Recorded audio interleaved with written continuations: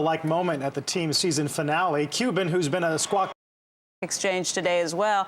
Make sure you join us tomorrow, but right now it's time for Squawk on the Street. We head down to Mark Haynes. Good morning again, Mark. Thank you, Becky. Yes, indeed. It's all about the earnings. The list is GM, Altria, Eli Lilly, Merck, Continental, Southwest, Hershey, EMC, UPS, on and on and on. We'll have them all for you, and we'll gauge the market reaction to them. Two big first on Cnbc interviews coming up this hour. The CEOs of Qualcomm and eBay will be live with me and Aaron up in the Squawk Nest. And who's on first?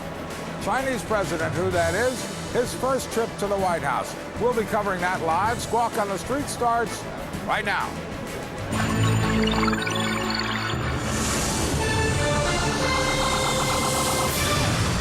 Live from the financial capital of the world, the New York Stock Exchange in Lower Manhattan. This is Squawk on the Street, 9 o'clock in New York, 6 on the West Coast, 2 in London, half hour before the opening bell. Good morning, everyone. I'm Mark Haynes. My colleague, the brain, David Faber, on assignment. Up in the luxury box, Aaron Burnett. Aaron? All right, Mark, and here in the luxury box, you said it, we are in the thick of earnings season. We've got more than 30 members of the S&P 500 reporting results this morning. Let us show you how futures are reacting so far to numbers from the likes of Bank of America, UPS, and Intel. The Dow looking at a higher open. Similar story for the NASDAQ. The S&P 500 looking close to flat this morning. On the economic data front, we also had some numbers. Weekly jobless claims out on Thursday, and they fell by 10,000 to a total of 303,000. We are also just moments away from Chinese President Hu Jintao's arrival at the White House. He and President Bush are slated to discuss a variety of topics today, trade on that list, and of course, military alliances. We are going to go there live. You see the pomp and circumstance is in place, going to be in just a few moments. We'll bring you there live as that happens. Right now, though, let us get to our morning rundown. Everything covered, as always, and we're going to begin with Bob Pisani this morning, right here at the New York Stock Exchange. Good morning to you, Bob. Good morning, Aaron. You know, all of the major indices are up so far this week, and believe it or not, folks, we are within striking distance, just a few points on the S&P 500 of a 5-year high. That's something that I am going to be watching very carefully this week. A lot of earnings out. I'll give you a few of the key ones here. Look, the bad news about General Motors is they're still losing an awful lot of money. The good news about General Motors is the loss is definitely narrowing at this point. Investors are liking GM's report this morning. It's up nearly 4% in the pre-open. I love Illinois Tool Works. It's a classic, big, boring industrial company. They make all sorts of things that you don't think about. Adhesives and welding guns and paint additives, everything that goes into this stuff that's around you. Their report was outstanding today. They increased their earnings guidance. They beat the estimates. It's probably going to open at a historic high here today. That's a company I keep a close eye on. Merck posted higher profits as well. Strong demand for their cholesterol drugs and for their asthma drugs. They boosted their 2006 forecast. Remember, they're still facing thousands of lawsuits on this whole Vioxx issue. Nokia came out with some very good comments overall here. They're up almost 6% in the pre-open on their earnings report. Their profits were up 21%, obviously on strong sales of mobile phone. Finally, Bank of America also came out and beat their estimates. Their first quarter profit rose 13 or 14%. It's helped by growth in the consumer and investment banking. Most of the banks are still reporting very good numbers. Let's go over to Bertha. She's standing by at the NASDAQ. Thanks, Bob. Disaster is the word du jour. That's the word that RBC and Credit Suisse both used to describe Intel's lowering of guidance. But it's not reflected in the stock this morning. A little bit of relief that maybe the worst may already be out, although over at Credit Suisse, they say maybe Intel is in denial as to just how soon it'll bounce back. Meantime, Qualcomm boosted its outlook, but the stock yesterday trading at a 52-week high, a little bit of profit taking there. Apple's results were pretty much in line. They beat a little bit. A little disappointment on the iPod sales, but the real disaster du jour here, unmitigated disaster, according to Jefferies, is Portal Player. The company announcing late yesterday that its chips are not going to be included in the new generation of iPod Nanos. That's a big deal for them. The stock down nearly 10%. And we've got eBay coming up. Be sure to watch for Meg Whitman. That's after the opening bell. But right now, let's check in with Sharon Epperson over at the NYMEX on oil. Bertha, another day, another dollar gained in the oil price of oil at $74 over in London. 72.49 was the high here at the NYMEX hit this morning. Several factors contributing to the rise in the price of oil. Of course, we have the Iran situation and the president there saying that he's actually happy with the rise in oil prices. Nigeria, militants exploded a car bomb over there, killing 2 people. And now Venezuela on the radar again, too, with Chavez saying that they will blow up oil fields if the U.S. invades. Of course, the U.S. not saying that they're going to do that. Taking a look at a 1-week chart of gasoline, you can see U.S. gasoline inventories were down about 5% yesterday, and gasoline prices also shooting up. And then at 10:30 today, we're going to get the weekly inventory data on natural gas supplies, and we'll bring that to you live. Now over to Rick Santelli, who's standing by in Chicago. Rick? Thanks, Sharon. And of course, at 12 Eastern, we have Philly Fed, and that can be a market-moving event. Interest rates, well, they've moderated just a bit. The 2-year note was doing the best, but the entire curve, well, they eased off a bit, pricing the chance of a 1/4 point increase by the end of June, meaning the June. ICE.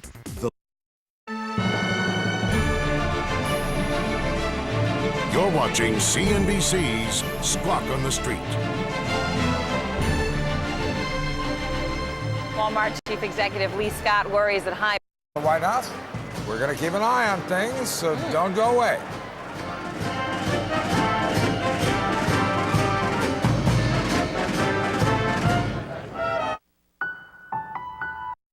Ross Westgate in Europe, Christine Ton in Asia. Plus, live up-to-the-minute market reports from all the major business capitals. Worldwide Exchange, weekdays 4 to 6 a.m. Eastern on CNBC. Worldwide Exchange. All right, they're playing some tunes there. Getting down with it. Getting jiggy with it as they wait for China's President Hu and President Bush to step out of the door. You know, it's an interesting thing, Mark. There's been so much discussion about how they would handle this, whether it was a state visit or not a state visit. And I suppose it is now not an official state visit according to the United States. President Hu wanted there to be a certain image portrayed to the Chinese media, so they're going to get the 21-gun salute, which is part of a state visit, even though this isn't a state visit. Okay, So there's, I can understand that. they're going to have a fancy lunch, but no black tie dinner. All of this counts, I suppose, in the protocol measuring department. Exactly, the Yeah. protocol measuring, yes. All right, well, joining us now with his assessment of the progress of Hu's visit, all this rhetoric and protocol aside, is David Malpass. He's the chief economist at Bear Stearns. David, obviously, we're looking at a live shot right now. We're expecting the down there, some of the largest natural gas and oil supplies. It's all been very important for China. Is it fair to say, though, on some level, that really the battle here isn't a bilateral one between China and the United States, but it's really a global war for resources already? I think it's a global competition for profits. That's really what capitalism is about. And China needs a lot of resources to build its economy, and that's changing the nature of global trade, the lines of trade. I think we could somehow put it in the context of a war for things, a war for commodities. But I don't think that's the right way. China is buying things at market prices around the world. The U.S. does that, and our economy is, 7 times as big as the Chinese economy. So my expectation over coming years is that China will keep growing fast, keep building its demand for commodities, and that's going to create these periodic strains with the U.S. and with the world marketplace. All right, we are looking right now, David, I don't know whether you can see it from where you are, but we've got a shot up of the White House. The Chinese delegation has arrived. We saw President Hu in the delegation that arrived, and now I suppose it's a matter of waiting for the president to come outside and say, "Wow, thank you very much for dropping by." I'm surprised they're keeping the president of China waiting out on the lawn until the president comes out, but that's the way it appears to be working here. Yeah. You see the other high members of the administration already in place. Vice President Cheney, Condoleezza Rice is there. I need better glasses. Lynn Cheney, it looks like, is in the middle. But at any rate, the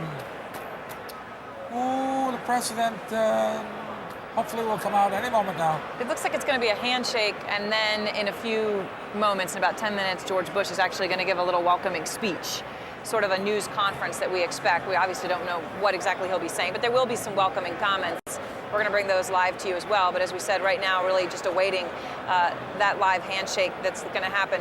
Another thing, Mark, that's been interesting that everyone has said that maybe they would discuss would be perhaps the whole Iranian situation. I mean, thus far, China has been strident in saying that it would not support sanctions of any sort against Iran related to the overall nuclear issue and escalation that has been going on there. China and Russia really the sole holdouts in terms of whether we could get any sort of sanctions or willingness for military escalation. So that is on the list as well. Meantime, as we wait with our shot of the White House, the opening bells are ringing at the NASDAQ Intergraph Corporation, ticker INGR. At the big board, meantime, Representative Paul Gilmore, Republican from Ohio, is doing the honors. The band has struck up again at the White House. I'm not sure the significance of that. Well, we're waiting for the 21-gun salute. That, Mark, might sound something like the bells sound to us here. Could be, could be. But obviously, everyone seems to be in place here, and we merely await the arrival of the president. And we've got John Harwood with us as well. John, as we're sitting here, Mark and I, waiting for this big handshake, David Malpass saying he didn't expect too much breaking news or economic advancements from this meeting. What are you hearing? I think that's exactly right, Aaron. You know, you've got to look at these summit meetings from the standpoint of what the two leaders each want. The scenes you're seeing right now and that will be culminated when the president comes out and makes his remarks, that's what who wants from this meeting. And the question is, will George W. Bush get any of what he wants? His chances aren't quite as good. His leverage isn't as good. He is not a popular leader at this moment, so he doesn't have a lot of domestic political juice behind him, and he's hoping for some help from who on Iran, as you just mentioned a moment ago, Aaron. And he also hopes for some relief from the domestic pressure, perhaps by signs from China of economic concessions. We've seen some in advance of the speech, some movement on opening investment, letting China. And the president is about to emerge. Let's watch. The President of the United States and Mrs. Laura Bush.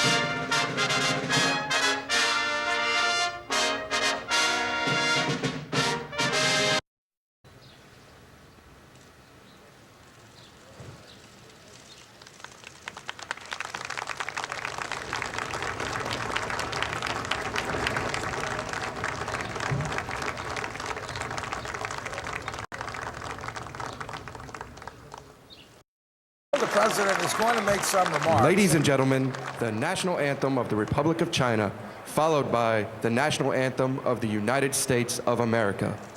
So it does look like they're still in the midst of the music. Robert? You know, Mark, here's what's important. A lot of earnings out this morning. Here's the post of Continental. A lot of airlines are doing terrifically. The question is, how hedged against higher fuel costs are they? Continental not as well hedged as some of the other ones. The bottom line is that they had a loss, but it was narrower than expected and a lot better than the big loss that they had last year. Southwest Air made 8 cents. They made a profit. That's because they're the most hedged airline in the business overall. The bad news about GM is that they're still losing a lot of money. The good news is that the the losses are narrowing. GM was up in the pre-open. Illinois Tillworks did a terrific job. They're a classic diversified manufacturing company. They had a nice profit, and they reported very good comments as far as their earnings guidance goes. Merck posted higher profits on strong demand for their cholesterol and their asthma medicines. They boosted their 2006 forecast. Remember, they're still facing thousands of Vioxx lawsuits. Merck up 0.5%.